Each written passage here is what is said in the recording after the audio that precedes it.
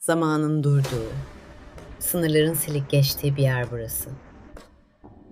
Tozlu sayfaların arasında uyuyan isimler vardır. Tarihin karanlık mahzenlerine kilitlenmiş, güneş yüzü görmeyen isimler.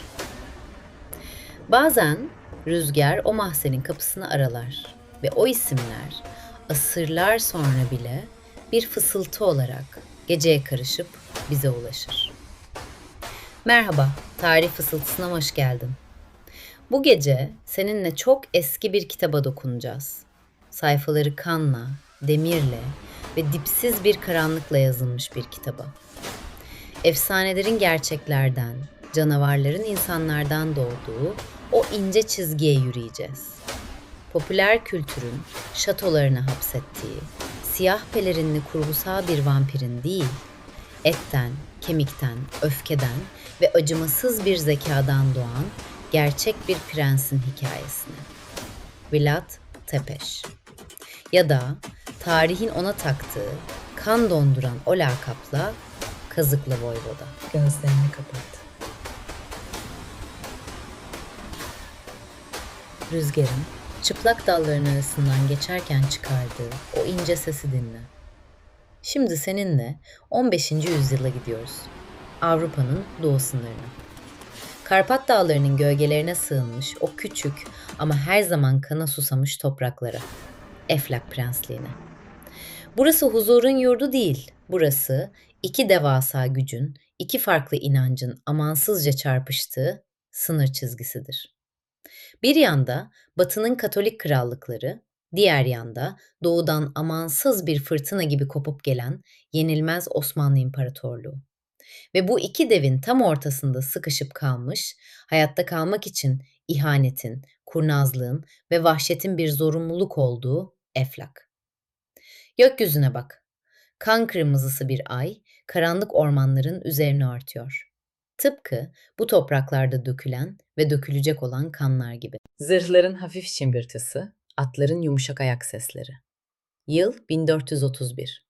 Transilvanya'nın Sigişoara kentinde taş duvarlı soğuk bir evde bir bebek dünyaya geldi. Bu bebek sıradan bir soylu değildi. Onun kaderi daha doğmadan önce gizli yeminler, kılıçlar ve karanlık bir tarikat tarafından mühürlenmişti. Babası II. Vlad sıradan bir prens değildi. O, Kutsal Roma İmparatoru tarafından kurulan çok gizli ve seçkin bir şövalye tarikatının üyesiydi. Societas Draconistrarum, yani Ejderha Tarikatı. Bu şövalyelerin tek bir varoluş amacı vardı. Hristiyanlığı hızla ilerleyen Osmanlı tehdidine karşı ne pahasına olursa olsun korumak. Tarikatın üyeleri altın bir zincirin ucunda kendi kuyruğunu yiyen bir ejderha madalyonu taşırlardı. Bu yüzden babası II. Vlad'a kendi halkı bir lakap takmıştı. Drakul, eski dilde ejderha. İşte o gece doğan bebeğe Vlad adını verdiler, babasının adını ve ona miras kalan lakap yüzyıllar sonra bile tüm dünyayı titretecek olan ismin ta kendisiydi. Drakulea, yani ejderhanın oğlu. Drakula. Ejderhanın oğlu masallardaki gibi altın beşiklerde huzur içinde büyümedi. Onun beşiği siyasi entrikaların, suikastlerin ve havada dönen leş kardalarının gölgesinde sallanıyordu. Ölü ormanların üzerindeki bu kuzgunlar gibi. Eflak Prensliği'nin üzerinde de her zaman kara bulutlar ve ölüm dolaşırdı. Kendi soyluları, yani boyarlar, sürekli güç peşinde koşuyor, her fırsatta kendi prenslerini sırtından bıçaklıyordu. Taht sadece oturanı değil, etrafındaki herkesi tüketen bir lanet gibiydi. Bir gün Macar kralının önünde diz çökülüyor, ertesi gün yaklaşan Osmanlı ordularına altın sunuluyordu. Küçük Vlad bu ikiyüzlülüğü, bu kaosu izleyerek büyüdü. İhanetin kılıçtan çok daha keskin olduğunu henüz çocuk yaşta bu sisli topraklarda öğrendi. Ama asıl trajedi, ihanet sadece kendi tebaasından değil, kendi inancının en kutsal sembollerinden geldiğinde yaşanır. Vlad'ın babası, ejderha, tahtını koruyabilmek için göğsünde taşıdığı bu gümüş madalyona ihanet etmek zorunda kaldı. Osmanlı İmparatorluğu'nun ezici gücü karşısında ejderha tarikatının yeminleri hiçbir işe yaramadı. Hayatta kalmak için yeminini bozdu. Sultan II. Murad'ın huzuruna çıktı. ve Efleon bağımsızlığını korumak adına en ağır bedeli ödemeyi kabul etti. Sadakatinin bir daha ihanet etmeyeceğinin kesin bir kanıtı olarak en değerli varlıklarını, kendi öz oğullarını Osmanlı Sarayı'na rehin olarak teslim edecekti. Yıl 1442. İki küçük çocuk bu soğuk ve loş taş koridorlardan geçerek bilinmeze doğru yürüdü. Biri 11 yaşındaki Bilat, diğeri ise ondan daha da küçük olan erkek kardeşi Radu. Kendi vatanlarından, evlerinden, bildikleri her şeyden koparılıyorlardı. Duvarlarda titreyen o meşale ışıkları, geride bıraktıkları çocukluklarının sönen son kırıntılarıydı. Yanlarında ne bir dost, ne bir umut ışığı vardı. Yalnızca sessizlik ve korku. O koridorda yürürken küçük Vlad'ın zihninden neler geçtiğini ancak tahmin edebiliriz.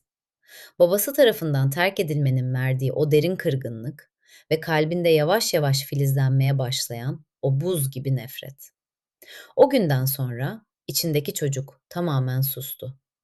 Yerini her kırbaç darbesini, her aşağılanmayı hafızasına kazıyan karanlık bir gölge aldı. Osmanlı Sarayı'nın ihtişamlı ve sert dünyasına adım attıklarında iki kardeşin kaderi geri dönülemez şekilde ikiye ayrılacaktı.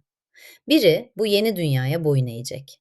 Diğeri ise gökyüzünü yırtan o yıldırımlar gibi içindeki öfkeyi devasa bir fırtınaya dönüştürecekti. Karpatların üzerinde kopan o karanlık fırtına artık gökyüzünde değil, rehin tutulan o küçük çocuğun içindeydi. Ve o çocuk bir gün evine dönecekti. Ama bir prens olarak değil. Gecenin, korkunun ve kazıkların hükümdarı olarak. Şimdi derin bir nefes daha al. Çünkü Vlad'ın Osmanlı Sarayı'ndaki o karanlık yılları yeni başlıyor. Gücün merkezindesin. Dünyanın en büyük imparatorluklarından birinin kalbinde, Edirne Sarayı'nda. Etrafındaki devasa mermer sütunlara bak, altın işlemeli kapılara ve hiç konuşmadan duran, gölgeleri senin üzerine düşen o dev gibi muhafızlara. Sen sadece 11 yaşındasın ve burada bir misafir değilsin. Sen bir pazarlık unsurusun, bir rehinesin. Yıl 1442. Küçük Vlad ve kardeşi Radu, Eflak'ın soğuk dağlarından koparılıp bu görkemli ama bir o kadar da boğucu saray avlusuna bırakıldılar. Bir çocuk için kendinden çok daha büyük, çok daha güçlü bir dünyanın içinde tamamen çaresiz hissetmek nedir, düşünebiliyor musun? Sesin çıkmaz, kimse seni duymaz. Kaderin dudaklardan dökülecek tek bir emre bağlıdır. Babaları tahta kalabilmek için onları Sultan II. Murad'ın avuçlarına bırakmıştı. Eğer babaları Eflak'ta Osmanlı'ya karşı en ufak bir isyan belirtisi gösterirse, bu saray avlusu o iki küçük çocuğun mezarı olacaktı. Görünüşte onlara iyi davranılıyordu. Prens oldukları için zindanlara atılmadılar. Ancak altın bir kafes yine de bir kafestir. Bulat bu loş ve soğuk taş odalarda saatlerini, günlerini, yıllarını yalnız başına geçirdi. O tek bir ışık hüzmesinin altında otururken dışarıdaki dünyanın ne kadar zalim olduğunu düşünüyordu. O, korkup ağlayan bir çocuk değildi. O, karanlığın içinde bekleyen, izleyen ve öfkesini biriktiren bir çocuktu. Sarayın duvarları ona her gün güçsüzlüğünü hatırlatıyordu. Ama o güçsüzlüğün içinde kimsenin göremediği buz gibi bir direniş büyüyordu. İnatçıydı. Boyun eğmeyi reddediyordu. Ruhundaki o karanlık işte bu dört duvar arasında şekillenmeye başladı. Ancak Osmanlı Sarayı onlara sadece tutsaklık vermedi. Farkında olmadan tarihteki en büyük hatalarından birini yaptılar. En büyük düşmanlarına nasıl savaşılacağını öğrettiler. Vlada ve kardeşine Osmanlı şehzadeleriyle birlikte eğitim verildi. Mantık öğrendiler, matematik, felsefe, Kur'an-ı Kerim okudular. Vlad, mum ışığında o eski el yazmalarına gömülürken sadece harfleri değil, koca bir imparatorluğun nasıl yönetildiğini okuyordu. Türkçeyi kusursuz bir şekilde aksansız konuşmayı öğrendi. İleride bu dil düşman kamplarına sızıp çadırlar arasında rahatça dolaşabilmesini sağlayacak ölümcül bir yetenek olacaktı. Ama en önemlisi askeri taktikleri öğrendi. Türklerin savaş stratejilerini, at binme sanatını, orduların nasıl sevk edildiğini bizzat dünyanın en iyi ordusundan, Osmanlılardan öğrendi. Düşmanını yenmek için önce o düşman gibi düşünmelisin. Ve Vilat o mum ışığında tam anlamıyla bir Osmanlı askeri gibi düşünmeyi öğreniyordu.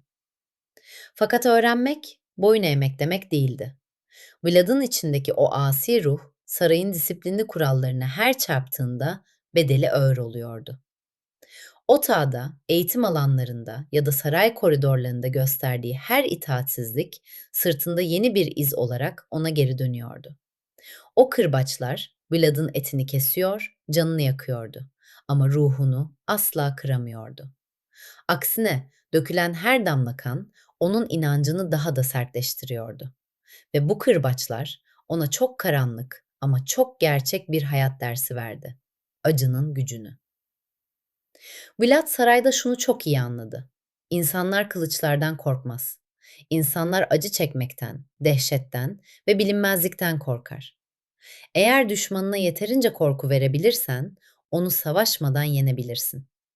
Kendi bedeninde hissettiği bu acı, yıllar sonra on binlerce insanın bedeninde bir sanat eserine, bir dehşet tablosuna dönüşecekti. Ama aynı kanı taşıyan, aynı zindanı paylaşan iki kardeşin kaderi ne kadar farklı yazılabilir? Kardeşi Radu, Vlad'ın aksine direnmeyi seçmedi. O, gücün akışına teslim oldu. Sarayın o yemyeşil bahçelerinde, ipek kaftanlar içinde dolaşan Radu, Osmanlı kültürünü tamamen benimsedi. İslam'a geçti. Son derece zarif, uyumlu ve saray halkı tarafından çok sevilen biri oldu. Öylesine sevildi ki tarihe yakışıklı Radu olarak geçti. Geleceğin padişahı II. Mehmet ile yani Fatih Sultan Mehmet ile çok yakın bir dostluk kurdu. Vlad zindanın karanlığında acıyla yoğrulurken Radu ışığın ve lüksün içinde parlıyordu. Vlad'ın kalbindeki en büyük kırılmalardan biri de buydu. Kendi öz kardeşi onu tutsak edenlerin bir parçası olmuştu. İhanet artık kendi kanından geliyordu. Çamurun vıcık sesi, meşale alevinin uğultusu. Yıl 1447. Vlad 16 yaşındayken Eflak'tan o korkunç haber geldi. Babası II. Vlad, Macarlar ve Eflen kendi soyluları o hain boyarlar tarafından bir suikastla öldürülmüştü. Ama haberin asıl kan donduran kısmı bu değildi. Vlad'ın abiyi, Mircea, boyarlar tarafından yakalanmış, gözlerine kızgın demirler sokularak kör edilmiş ve o karanlık, çamurlu ormanda diri diri toprağa gömülmüştü. Diri diri gömülmek, nefes alamamak, kendi mezarında, çaresizlik içinde boğulmak. Vlad abinin o toprağın altındaki son çığlıklarını binlerce kilometre uzaktan Edirne Sarayı'ndaki odasında duydu sanki. O an içindeki son merhamet kırıntısı da abiyle birlikte o mezara gömüldü. Çok güçlü bir şimşek çakması. Müziğin aniden sertleşip destansı bir hale alması. Artık o Osmanlı Sarayı'nda korkmuş bir rehin değildi. O kalbi taşa dönmüş, ruhunu karanlığa satmış bir varisti. Yağmurun altında duran bu genç adama iyi bak. O gözlerin içindeki uçurumu görüyor musun? Orada bağışlama yok. Orada diplomasi yok. Orada sadece saf, katıksız bir intikam var. Babasını satanlardan, abini diri diri toprağa gömenlerden ve onu yıllarca bir kafeste tutan bu dünyadan alınacak devasa bir intikam. Ejderhanın oğlu uyanmıştı ve şimdi evine dönme vaktiydi. Tahtını kanla yıkayarak geri almaya gidiyor.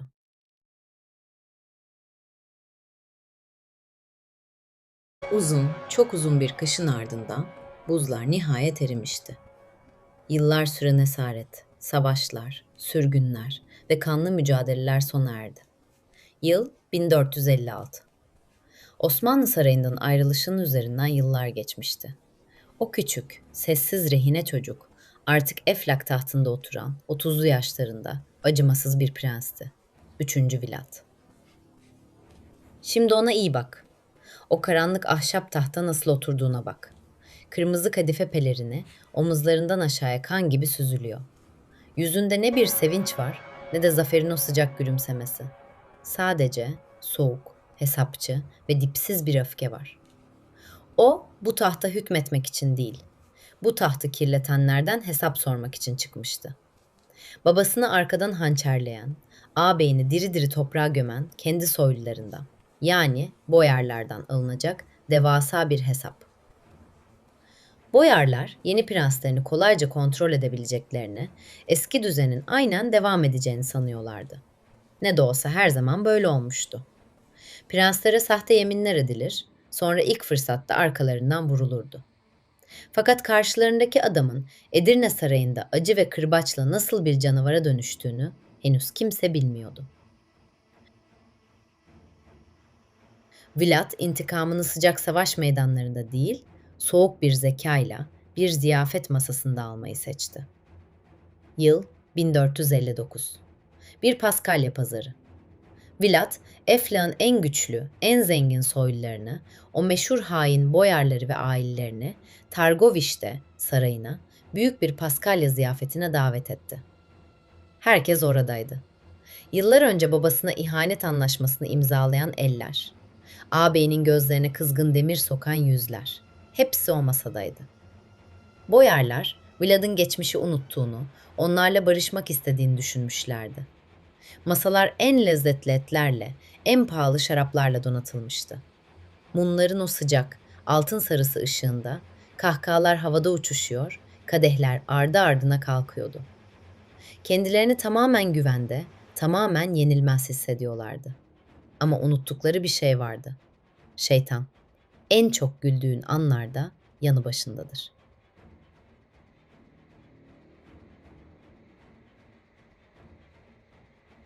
Bir anda sarayın ağır ahşap kapıları zırhlı muhafızlar tarafından büyük bir gürültüyle kapatıldı. Kalın demir sürgüler çekildi. Kahkahalar yerini ölümcül bir sessizliğe bıraktı. Kadehler havada asılı kaldı. Yüzlerdeki o kibirli gülümsemeler yavaş yavaş dehşete dönüşüyordu. Uzayan gölgelerin içinden çıkan muhafızlar ellerinde çekilmiş kılıçlarla masanın etrafını sardılar. Kapana kısılmışlardı. Vlad tahtından yavaşça kalktı. Soğuk gözleriyle masadaki yüzleri tek tek süzdü. "Söyleyin bana," dedi. "Bugüne kadar kaç prense ihanet ettiniz? Kaçının kanı ellerinizde?" Cevap beklemiyordu. Yaşlı boyarlarda aileleri oracıkta, ziyafet masasının hemen dışında sivri uçlu kazıklara oturtuldu. Paskalya ziyafeti bir kan gölüne dönmüştü.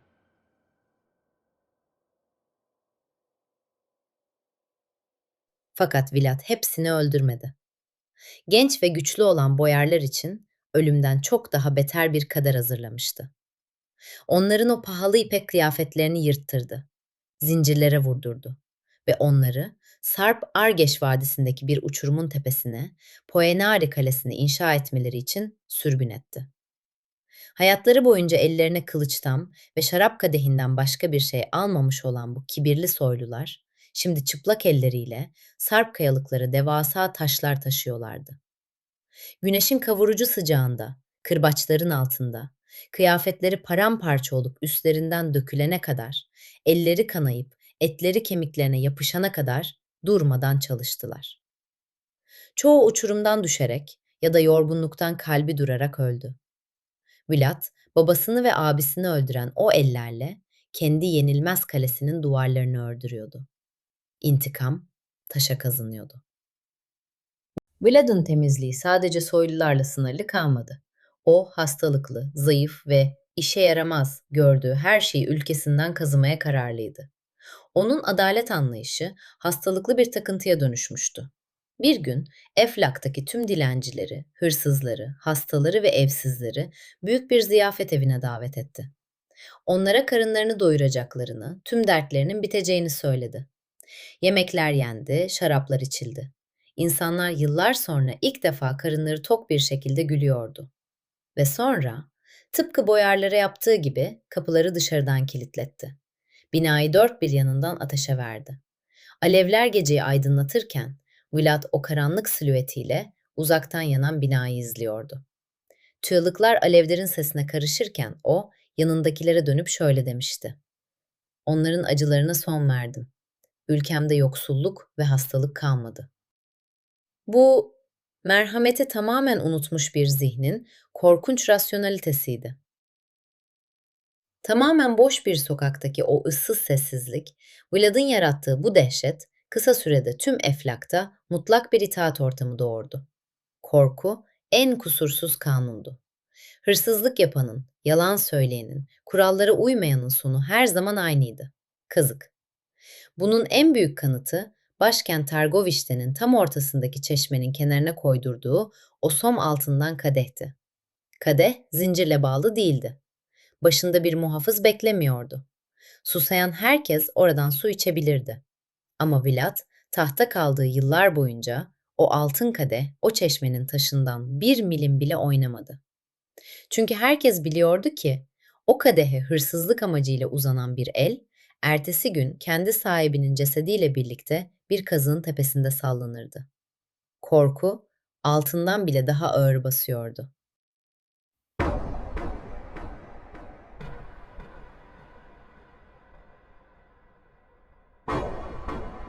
Ama Vlad'ı tarihe asıl kazıyan şey sadece öldürmesi değildi. O, ölümü bir gösteriye, bir psikolojik silaha dönüştürmüştü. Zindanlarda ya da gizli köşelerde idam etmiyordu. İnsanları herkesin görebileceği tepelere, yol kenarlarına diktiği o uzun, yağlanmış ahşap kazıklara canlı canlı oturtuyordu. Cesetler günlerce, bazen haftalarca o kazıkların üzerinde çürümeye bırakılıyordu. Sinekler, kardalar ve o dayanılmaz çürüme kokusu. Fakat Vlad için bu manzara rahatsız edici değildi. O kadar hissizleşmişti ki binlerce çürüyen cesedin ve ölmekte olan insanların iniltilerinin arasında kendine mükellef bir yemek masası kurduruyor, kan kırmızısı şarabını yudumlayarak ziyafet çekiyordu. Çünkü bu orman onun sanat eseriydi. Düşmanlarına vermek istediği mesaj çok açıktı. Buraya gelirseniz karşılaşacağınız şey insanlık değil, cehennemin ta kendisidir. Ve bu cehennem, yakında dünyanın gördüğü en büyük orduyu, Fatih Sultan Mehmed'in ordusunu karşılamak üzereydi. Güç, sahip olduğun kılıçların sayısı değil, o kılıçları savurmaktan ne kadar çekinmediğinle ölçülür. Yıl 1459. Vlad, Eflak tahtındaki yerini sağlamlaştırmış, iç düşmanlarını, boyarları kan banyosunda boğmuştu. Ama asıl fırtına doğudan kopmak üzereydi. Osmanlı İmparatorluğu, bir zamanlar Vlad'a kırbaçla boyun eğdirmeye çalışan, babasını vergiye bağlayan o devasa imparatorluk, Vlad'dan her yıl ödemesi gereken 10 bin düka altınlık vergiyi ve 500 Yeniçeri adayını istiyordu. Vlad ödemeyi reddetti. Bunun ne anlama geldiğini çok iyi biliyordu. Bu, dönemin en büyük askeri dehasına, İstanbul'u fetheden Fatih Sultan Mehmed'e açıkça meydan okumaktı. Fatih, Eflak Prensi'nin bu küstahlığını bastırmak için Hamza Paşa önderliğinde bir elçi heyeti gönderdi. Elçiler, Vlad'ın taht salonuna omuzları dik, imparatorluğun o sarsılmaz özgüveniyle girdiler. Vlad, soğuk ve delici bakışlarıyla onları süzdü.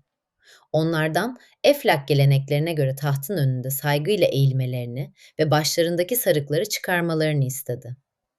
Elçiler, dini ve imparatorluk adetleri gereği padişahtan başka kimsenin önünde başlarını açmayacaklarını söyleyerek bu isteği kesin bir dille reddettiler.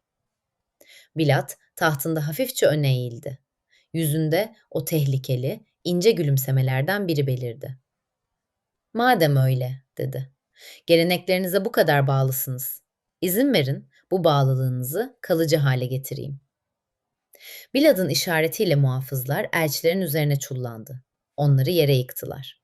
Ve o elçilerin kafalarındaki sarıkları uzun çelik çivilerle doğrudan kafa taslarına çivilediler. Bu sadece bir cinayet değildi. Bu, Cihan Padişahı'nın yüzüne atılmış kanlı bir tokattı. Geri dönüşü olmayan o savaş artık başlamıştı. Vlad, Osmanlı'nın intikam için geleceğini çok iyi biliyordu.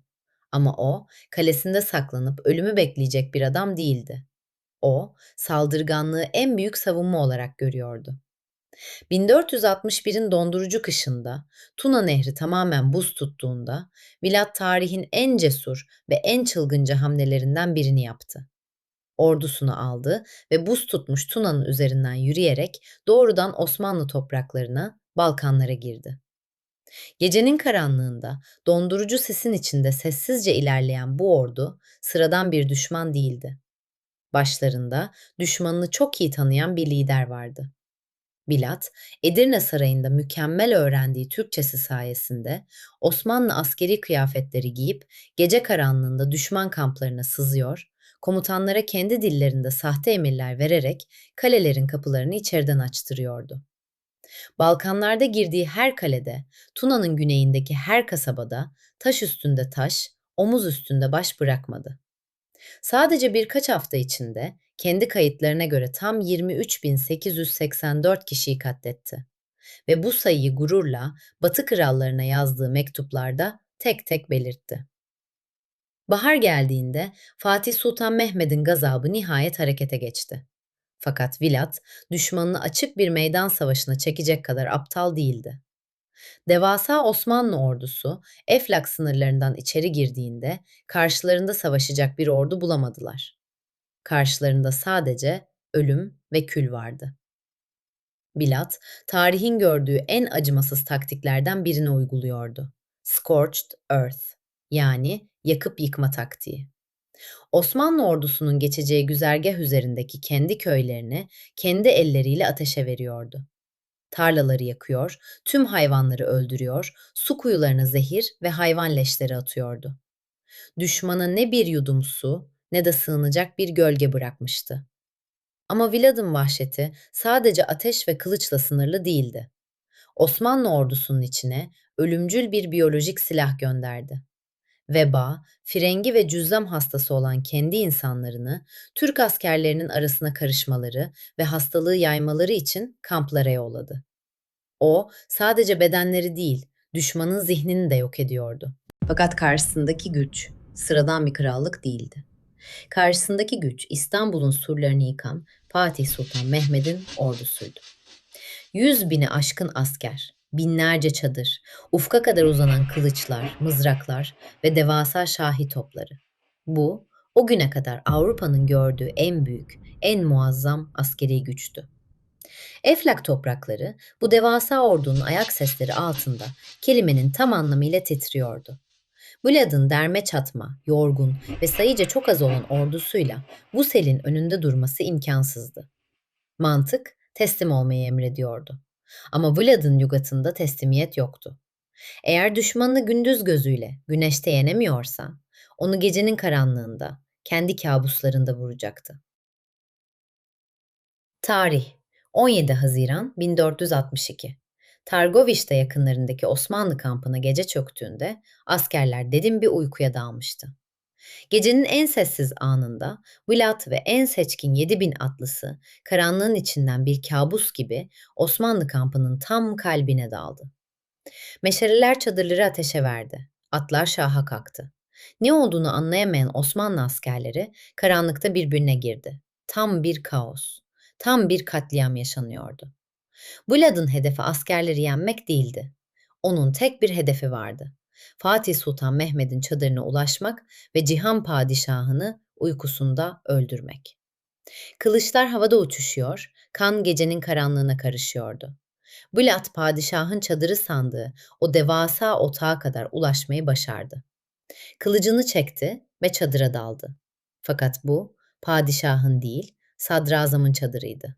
Hedefini şaşırmıştı. Yeniçeriler hızla toparlanıp etrafını sarmaya başladığında Vlad karanlığın ve karmaşanın içine karışarak bir gölge gibi oradan kaçtı. Gece baskını başarısız olmuştu. Padişah yaşıyordu. Sabah olduğunda Fatih Sultan Mehmet ordusunu toparladı. Kayıplarına rağmen Eflak'ın başkenti Targovişte'ye doğru durdurulamaz bir şekilde yürüyüşe geçti. Başkenti alacak, Vlad'ın kellesini mızrağa takacaktı.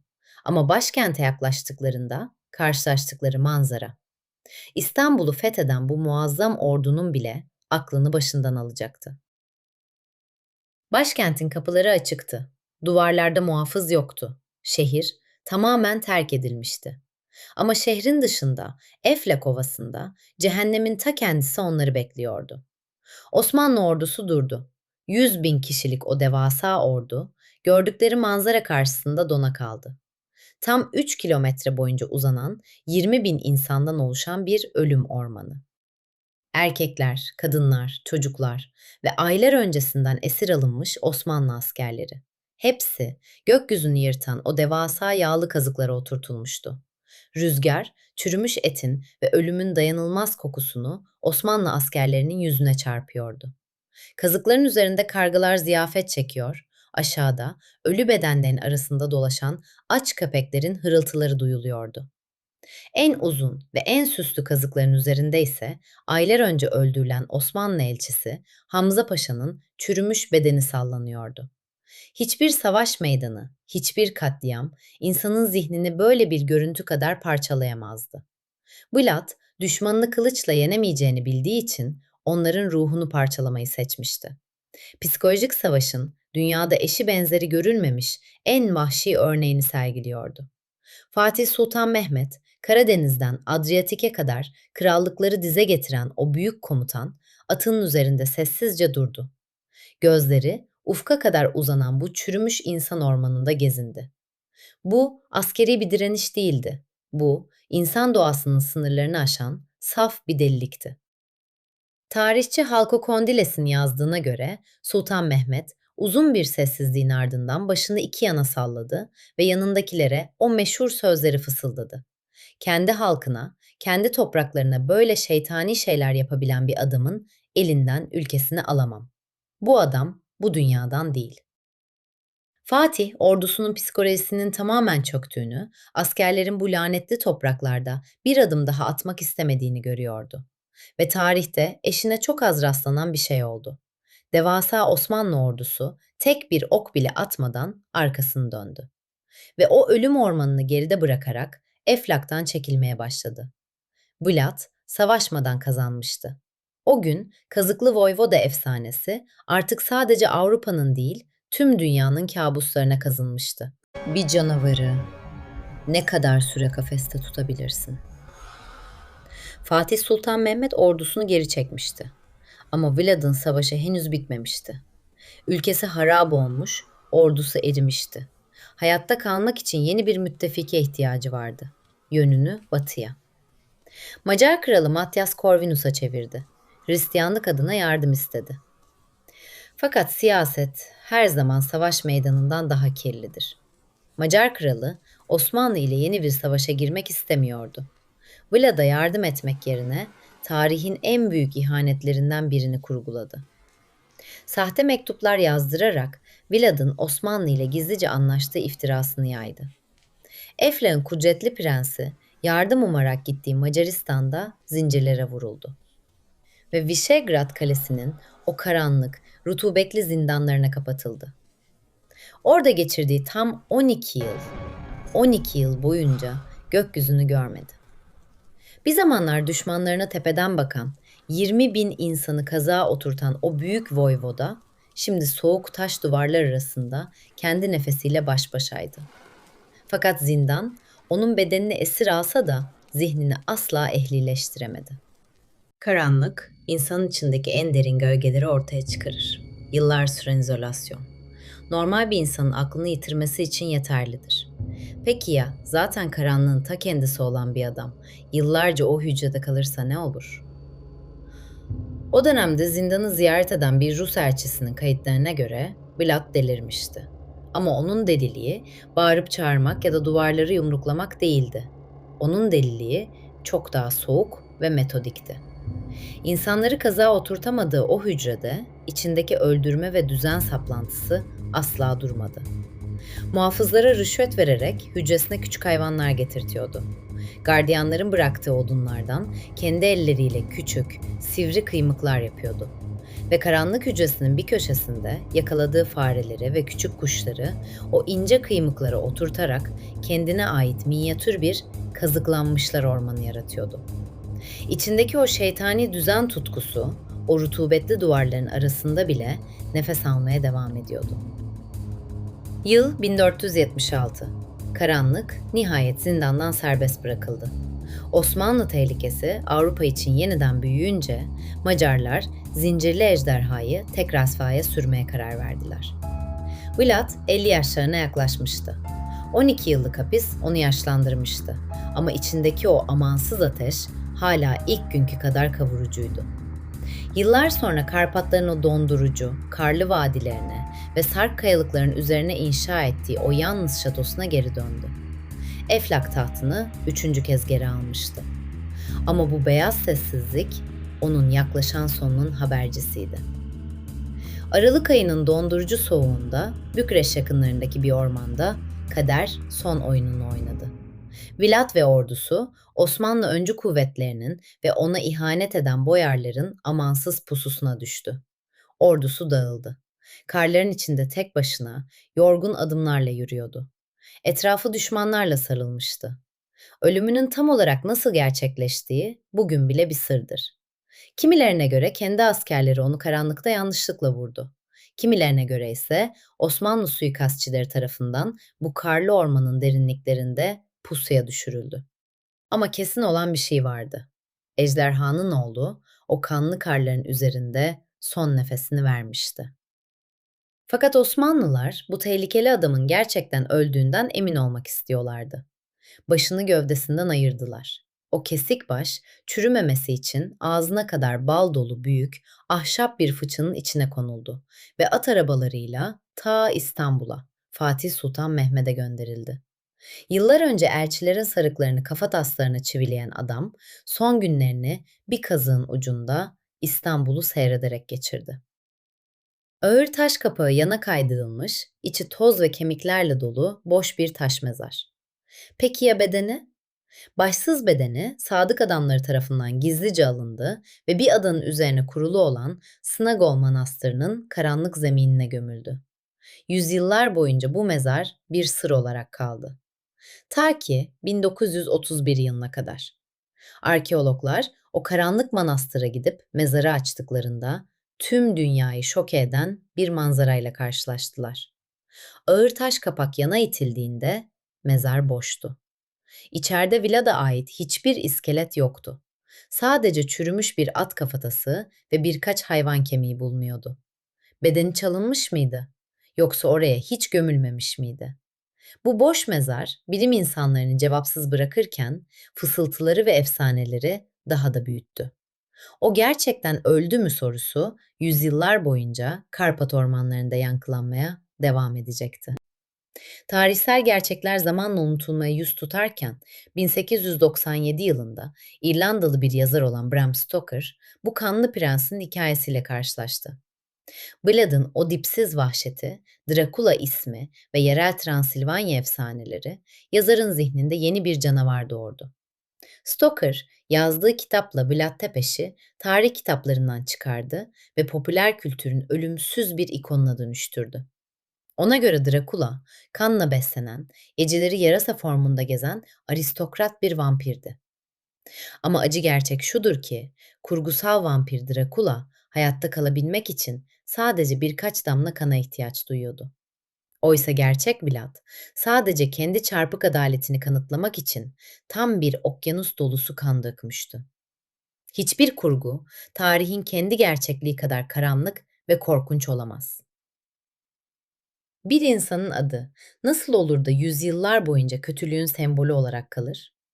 O, kimilerine göre vatanı savunan bir kahraman, kimilerine göre ise şeytanın yeryüzündeki gölgesiydi. Ama Karpat dağlarının sisli rüzgarları iyi ya da kötü ayrımı yapmaz. O rüzgar sadece fısıldar. Eğer bir gün o karanlık ormanların derinliklerine yolun düşerse, kuru yaprakların çıkardığı sese, ağaç dallarının rüzgarda nasıl kırıldığına çok dikkat et.